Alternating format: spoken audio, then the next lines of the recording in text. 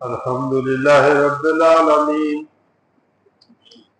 والعاقبة للمتقين وعلى آله وأصحابه أجمعين والصلاة والسلام عليك يا رسول الله وسلم عليك وعلى آلك وأصحابك يا حبيب الله أما بعد أعوذ بالله من الشيطان الرجيم بسم الله الرحمن الرحيم واعتصموا بحبل الله جميعا ولا تفرقوا صدق الله العظيم بلغ الله بكماله كشف الدجى بجماله حسنت جميع خصاله صلوا عليه وآله وسلم تسلیما۔ سامعین محترم،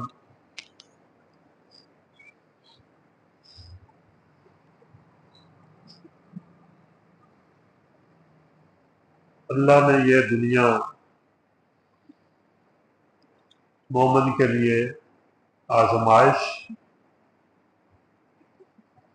اور جو صاحب ایمان نہیں ہیں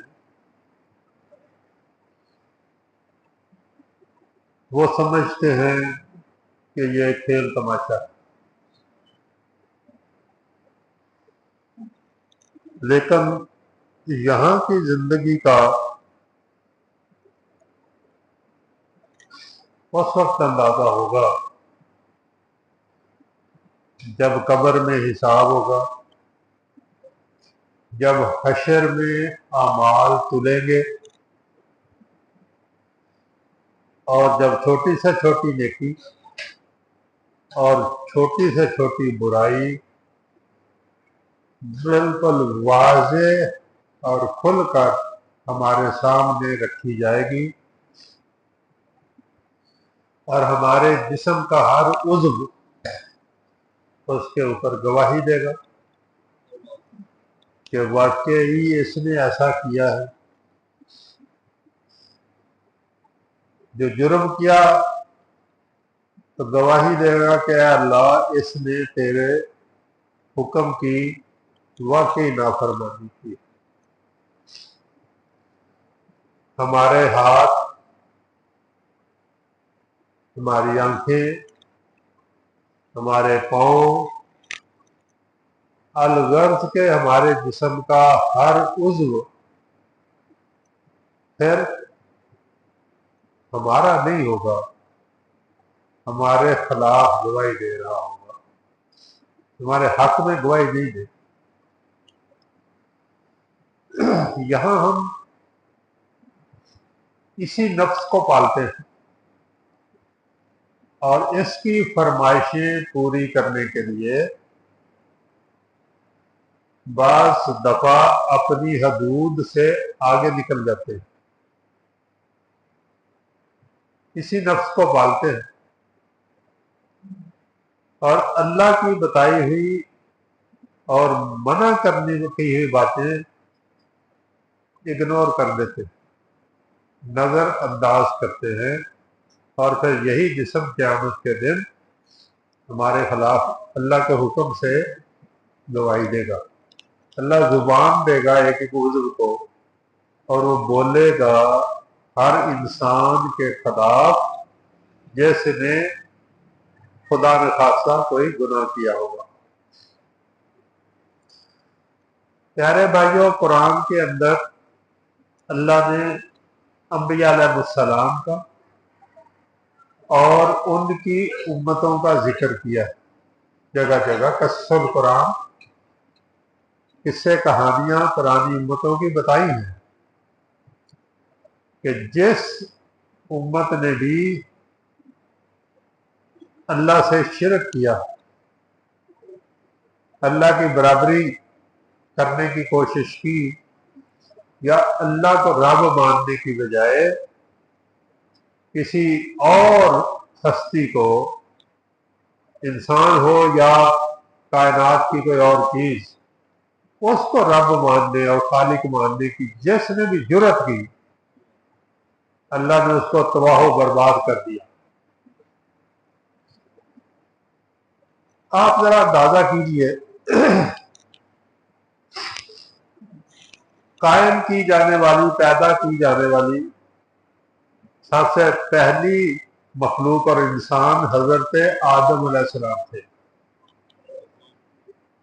حضرت آدم علیہ السلام کی تخلیق اس کاسماس کا ایک بہت بڑا انقلاب ہے کہ اللہ نے کائنات کو بنا کر اس کے 7ویں پہر کے آخری وقت میں حضرت آدم علیہ السلام کی تخلیق فرمائی۔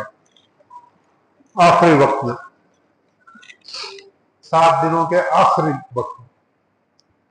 اب حضرت آدم علیہ السلام اللہ کو کتنے پیارے تھے، ہم اس کا اندازہ نہیں لگا سکتے کہ اللہ نے کہا کہ آپ جہاں سے چاہے جنت میں رہو اور کھاؤ پیو۔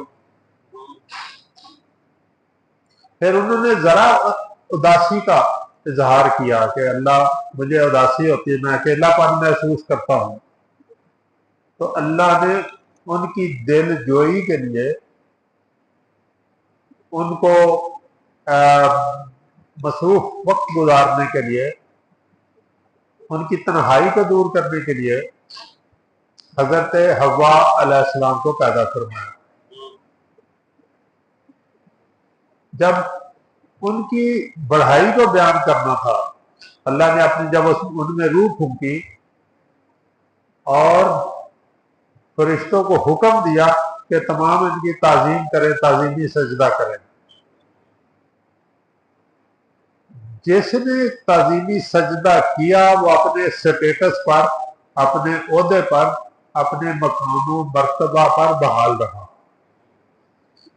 اور جس نے اللہ کے حکم کی روح گردانی کی، حکم نہیں مانا، وہ اپنے مرتبے سے گر گیا، اور حتیٰ کہ فرشتوں کا سردار بھی اپنے مقام سے گر کر لعنتی ابلیس قرار پایا، ایک نافرمانی کے اوپر۔ پھر اللہ نے کہا آدم تم اور تمہاری زوجہ اس جنت میں رہو اور جہاں سے چاہو کھاؤ پیو، لیکن اس ایک درخت کے پاس نہ جانا، اس کا پھل نہ کھانا۔ اب جیسے ہی اللہ کے اس حکم کی غلطی حضرت آدم علیہ السلام اور اما حوا سے ہوئی، اس ایک حکم کی بھول کے اوپر ان کو جنت سے نکال کر زمین کے اوپر بھیج دیا گیا، ایک غلطی کے اوپر، ایک حکم نہ ماننے کے اوپر، اور کہا گیا کہ اب تم رہو یہاں۔ اب یہاں سے واپس جنت میں وہ جائے گا جو اس دنیا میں رہتے ہوئے حضرت آدم علیہ السلام کی اولاد میں سے جنت میں واپس وہ جائے گا جو اس دنیا میں رہتے ہوئے اللہ کو اپنا رب اور لا شریک اللہ مانے گا، وحدہ لا شریک مانے گا، اللہ کے رسولوں پر ایمان لائے گا، اور جو اللہ نے ہمیں کرنے کو حکم دیا ہے اس پر عمل کرے گا، اور جس کے کرنے سے منع کیا ہے اس سے منع ہوگا، تو اس کا ٹھکانہ بہترین جنتوں میں ہوگا۔ یہ بات ہمیں بنیادی طور پہ سمجھ لینی چاہیے۔ کہ واپس جنت میں جانے کے لیے ہمارے پاس اور اس کے علاوہ کوئی راستہ نہیں ہے کہ ہمارا رب ہم سے خوش ہو جائے، ہمارے پیارے نبی صلی اللہ علیہ وسلم ہم سے خوش ہو جائیں تو پھر بیڑا پار ہو سکتا ہے۔ سامعین محترم، اللہ پاک نے قرآن پاک میں بے شمار جگہوں کے اوپر ہمارے لیے کرنے کے بڑے بظاہر چھوٹے چھوٹے لیکن بہت اعلیٰ کام بتائے ہیں، جن کے کرنے سے ہم اس دنیا میں بھی اور اس آزمائش گاہ سے مکمل طور پہ پاس ہو کر اگلی دنیا میں بھی ابدی طور پر جنت میں رہنے کے حقدار ہوں گے۔ جیسے ابھی میں نے جو آیت مبارکہ آپ کے سامنے تلاوت کی ہے، اس میں اللہ رب العزت ارشاد فرماتا ہے کہ وَاعْتَصِمُوا بِحَبْلِ اللَّهِ جَمِيعًا وَلَا تَفَرَّقُوا، اور سب مل کر اللہ کی رسی کو مضبوطی سے تھام لو، پکڑ لو۔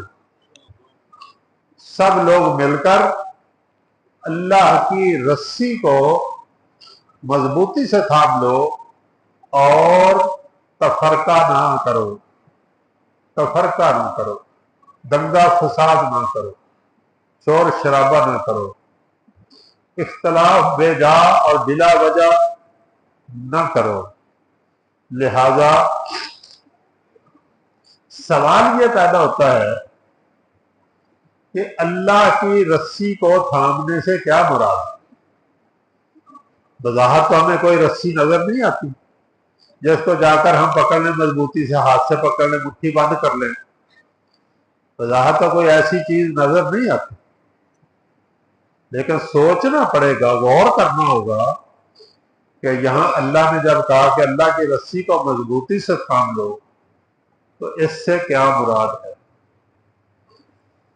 سامعین محترم، نبی پاک صلی اللہ علیہ وسلم نے ہجرت الوداع کے موقع پہ ارشاد فرمایا کہ اے لوگوں سن لو، جو یہاں موجود ہیں وہ میری بات کو غور سے سنیں، اور جو یہاں موجود نہیں ہیں ان تک یہ بات پہنچا دی جائے کہ میں آپ کے پاس اللہ کا قرآن اور اپنی سنت چھوڑے جا رہا ہوں، اور تم اس کو مضبوطی سے پکڑے رکھنا۔ پیارے بھائی، اب ہمارے اوپر فرض بنتا ہے کہ ہم قرآن کو پڑھیں، اور قرآن کو پڑھنے سے مراد صرف اس کو لفظوں کو عربی میں پڑھنا ہی مراد نہیں ہے، اس کو سمجھ سمجھ کے پڑھنا۔ اس میں بیان کیا کیا گیا، اس میں حکم کیا دیا گیا، اس میں سمجھایا کیا گیا، ہمیں کرنے کو کیا کہا گیا، جب تک ہم یہ نہیں سمجھیں گے اس وقت تک قرآن کو اس طرح سے پڑھنا نہیں ہے جیسا پیارے نبی اور اللہ کے حکم اس کے اوپر پڑھنے کا ہے۔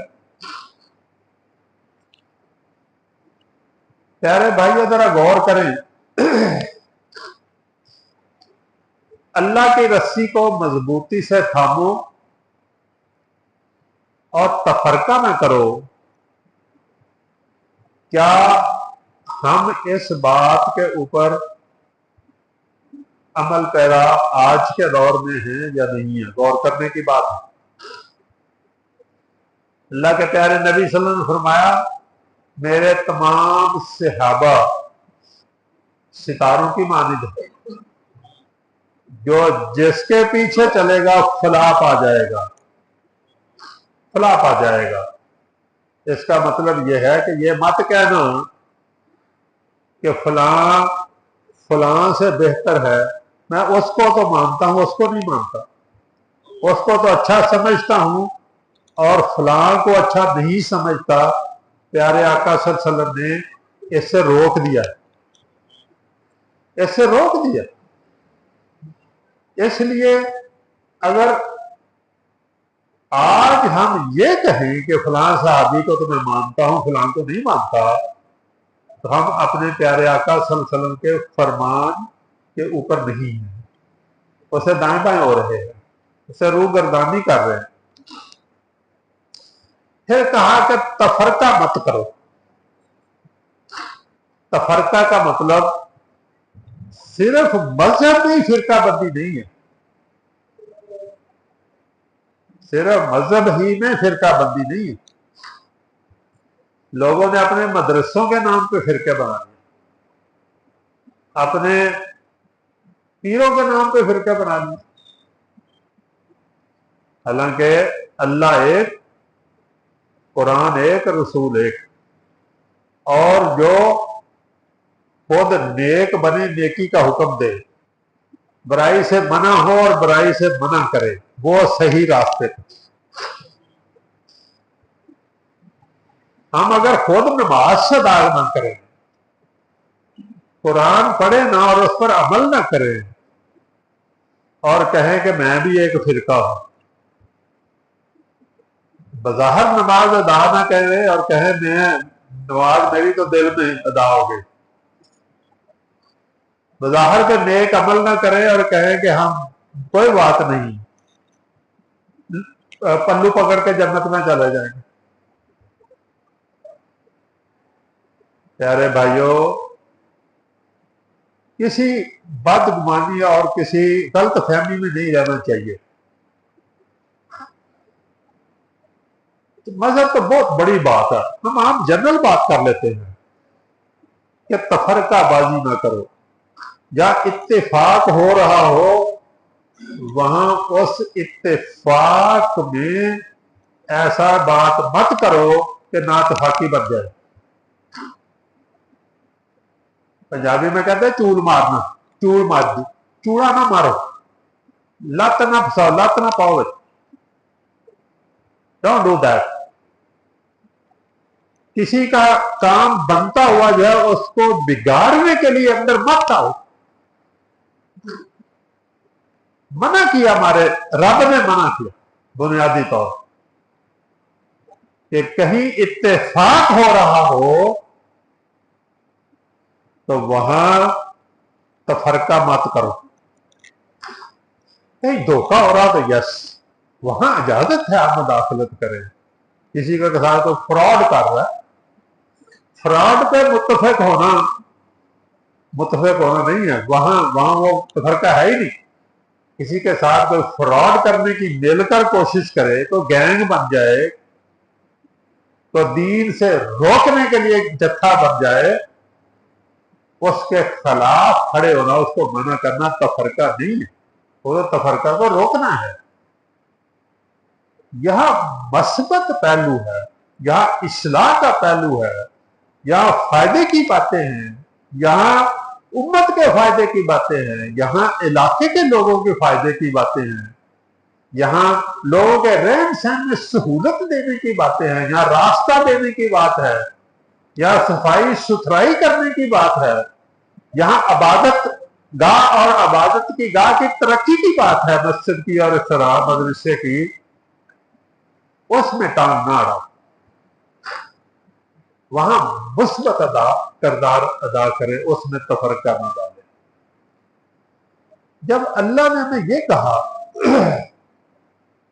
تو پیارے رسول صلی اللہ علیہ وسلم نے کہا کہ تم میں سے کوئی شخص، حدیث مبارکہ، اس وقت تک مسلمان نہیں ہو سکتا جب تک کہ وہ اپنے بھائی کے لیے بھی وہی پسند نہ کرے جو اپنے لیے کرتا ہے۔ اب ذرا اس ایک حدیث مبارکہ کے اندر ہی ہماری پوری زندگی کا راستہ ہے، زندگی کی فلاح و بہبود ہے، کہ میں جو اپنے لیے پسند کروں وہ آپ کے لیے بھی کروں. بھائی سے مراد یہاں حقیقی سگا بھائی سے بڑا کینوس ہے کہ ہر مسلمان آپس میں بھائی بھائی ہے. یہاں سے مراد، یہاں بھائی سے مراد ہے ہر صاحب ایمان اور کلمہ گو شخص. اگر میں پسند کروں کہ لوگ میری عزت کریں تو پھر پہلے مجھے دوسرے بھائیوں کی عزت کرنا ہوگی. میں عزت کروں گا تو نتیجے میں اس میں اللہ توفیق دے گا، ان کے دلوں میں ڈالے گا تو وہ جواباً میری عزت کریں گے. اگر میں یہ چاہوں کہ لوگ مجھے اچھا جانے تو پھر مجھے بھی ہر شخص کو اچھا جاننا ہوگا. اور اچھا جاننے کے لیے کبھی چھوٹی عمر میں، بچوں کی عمر میں نے کسی جگہ ایک شعر لکھا ہوا دیکھا، یاد کر لیا، آج بھی مجھے یاد ہے. ایک شاعر ہے، آرزو اس کا نام ہے، کہ ہر برائی سے بچائے رکھتی ہے اتنی سی بات. اگر ہم نے برائی سے بچنا ہو تو یہ ایک بات کہ شاعر کہتا ہے ایک بات یاد رکھیں، ہر برائی سے بچائے رکھتی ہے اتنی سی بات، آرزو ہر ایک کو اپنے سے اچھا جانیں. اگر میں یہ سمجھوں کہ یہ جو بھی میرے بھائی جان یہ مجھ سے اچھے ہیں، اللہ نے کسی کو عقل زیادہ دی، کسی کو فہم زیادہ دیا، کسی کو خوبصورتی زیادہ دی، کسی کو علم زیادہ دیا، کسی کو حلم زیادہ دیا، کسی کو صبر زیادہ دیا، کسی کو سخاوت زیادہ، کسی کو ہمدردی. اللہ نے ہر کسی کو ایسی خوبی سے نوازا ہے جو دوسرے بندے سے بہتر. ہم سمجھ نہیں رہے ہوتے، ہم غور نہیں کر رہے. ہم ہر شخص کو اپنے پلڑے پہ، اپنی ترازو کے، اپنی ترکڑی کے اوپر تول رہے ہوتے، اپنے معیار پہ پرکھ رہے ہوتے، اور وہ معیار بھی ہمارا اپنا ذاتی انا کا تھا. ہم انا کے اوپر بیٹھتے تھے. حالانکہ ہر شخص میں، دوسرے شخص میں ایسی ایسی اللہ نے صلاحیتیں پیدا کی ہیں کہ ہم اگر ان کے اعتراف کر کے ان کو لے کر آگے بڑھے ہیں تو ایک حسین و جمیل خوبصورت جنت نظیر معاشرہ قائم ہو سکتا. لیکن افسوس یہ ہے کہ ہم ایسا کرنے کی بجائے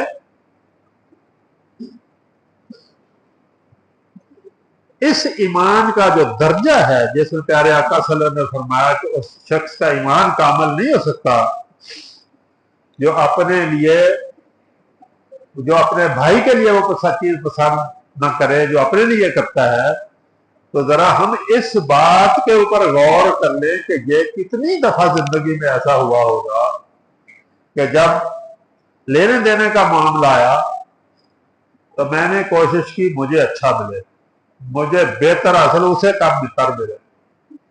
جب بھی ملے مجھے اچھا ملے، میں بہتر حصہ لوں، دوسرے کو کم کر ملے، اگرچہ سب کا حصہ برابر بھی کیوں نہ ہو، وراثت کا معاملہ بھی کیوں نہ ہو. کارنر کا پلاٹ مجھے ملے، فرنٹ کا حصہ مجھے ملے، جو زیادہ مہنگا ہے وہ مجھے ملے، نیچے کا پورشن مجھے ملے. یہی ہماری خواہش ہے، یہی ہم کرتے ہیں. جو زیادہ قیمتی ہے سوٹ وہ مجھے ملے، دوسرا بھائی لے لے. اور جب اللہ کے راستے پر بھی دینا ہو، اللہ کو دینا ہے. اللہ کے راستے میں دینا مینس اللہ کو دینا. اللہ کو دینے کا معاملہ بھی آئے تو پھر جو سب سے کم ورائٹی ہے، جو سب سے کم قیمت کی چیز ہے، جو ہمارے اپنے ذاتی استعمال میں شاید نہیں ہے، ہم ترجیحاً اللہ کی راہ میں وہ دینے کی کوشش کرتے ہیں. ذرا ٹٹولیے نا اپنے آپ کو. ہم اپنے آپ کو ٹٹولتے ہیں، اپنے رویوں پہ غور کرتے ہیں. ہم ایسا کیوں ہیں جبکہ ہمارا رب ہمیں ایسا ہونے کو نہیں کہتا، منع کرتا ہے ہمارا رب اس کے اوپر.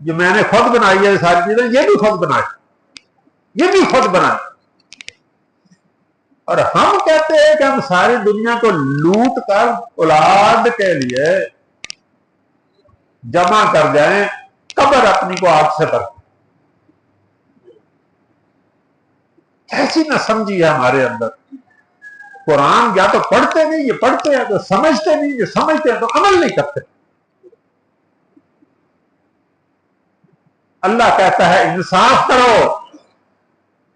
جب بھی تمہارے ہاتھ میں، تم سے توقع کی جائے، تمہارے ہاتھ میں ترازو ہو، تم سے توقع کی جائے، گھر کا معاملہ ہو، باہر کا معاملہ ہو، اولاد کی محبت بھی تمہارے راستے میں حائل نہ ہو، اور جو جنت میں نہیں جانا چاہتا وہ ڈنڈی مارے. جو رب سے لڑائی کرنا چاہتا ہے، رب کے آگے کھڑا ہونا چاہتا ہے شیطان کی طرح، جو ابلیس بننا چاہتا ہے، وہ کر لے جو کر رہے ہیں اس کو، تو اس کو پھر رب نپٹ لے گا، دیکھ لے گا. اللہ نے یہی کہا جو میرے خلاف آئے گا پھر میں اس کو دیکھ لوں گا. سامنے محترم، سورہ حجرات میں اللہ فرماتا ہے فتبین،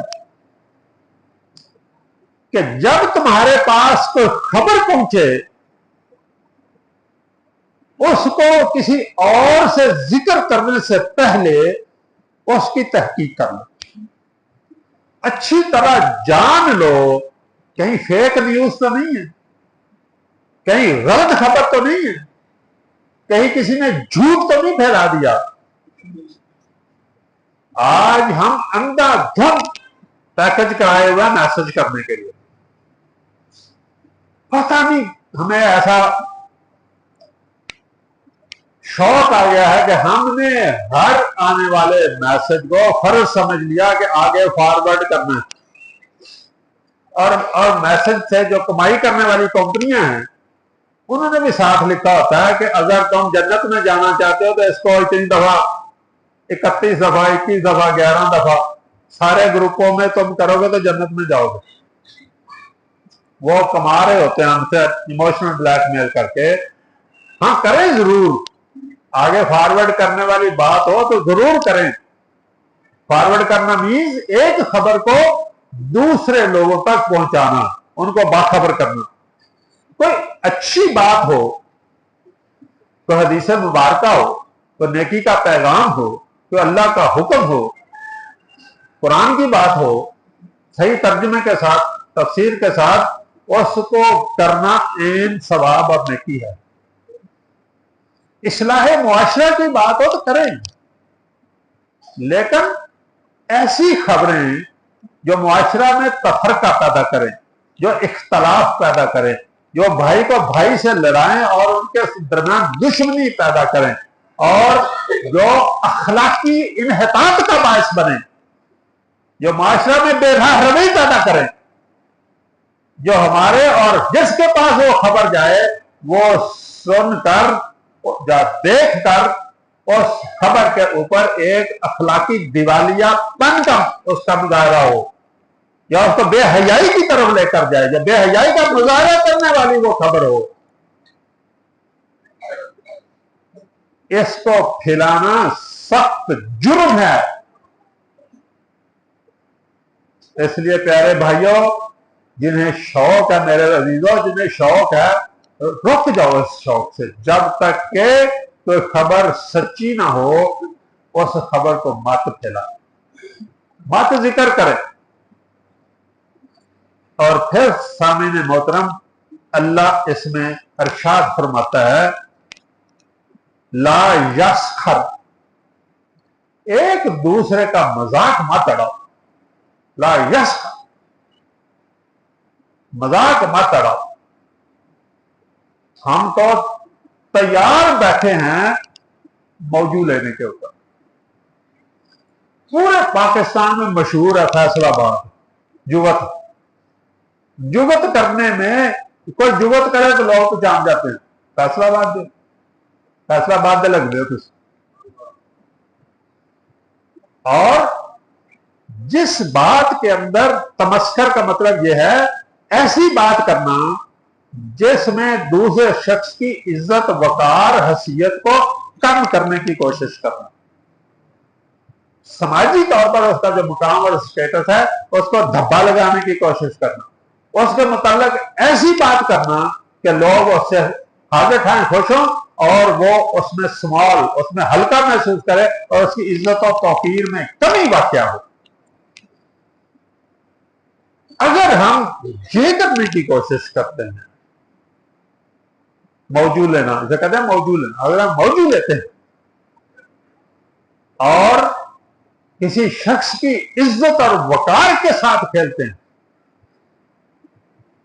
بہت بڑا گناہ اور جرم کرتے ہیں۔ جس طرح یاد رکھیے گا، صرف ہماری وراثت وہ نہیں ہے، ہمارے بچوں کو جو وراثت ملتی ہے صرف وہ نہیں ہے جو میری جائیداد ہے، میرے بچوں کو جو وراثت ملے گی وہ یہ صرف وہ نہیں، وہ بھی ہے لیکن صرف وہ نہیں ہے جو میری جائیداد ہے۔ میں نے اپنی زندگی میں جو عزت کمائی، میں نے اپنی زندگی میں علم حاصل کیا، میں نے اپنی زندگی میں خدمت کی، لوگوں کی، بھائیوں کی خدمت کی، اس کے جواب میں جو میرے بھائی ہیں، مسلمان بھائی، انہوں نے مجھے جو عزت دی، مجھے جو رسپیکٹ کی، میرا جو احترام کیا، وہ بھی وراثت ہے، وہ بھی میری جائیداد کو اولاد کو جا رہی ہے۔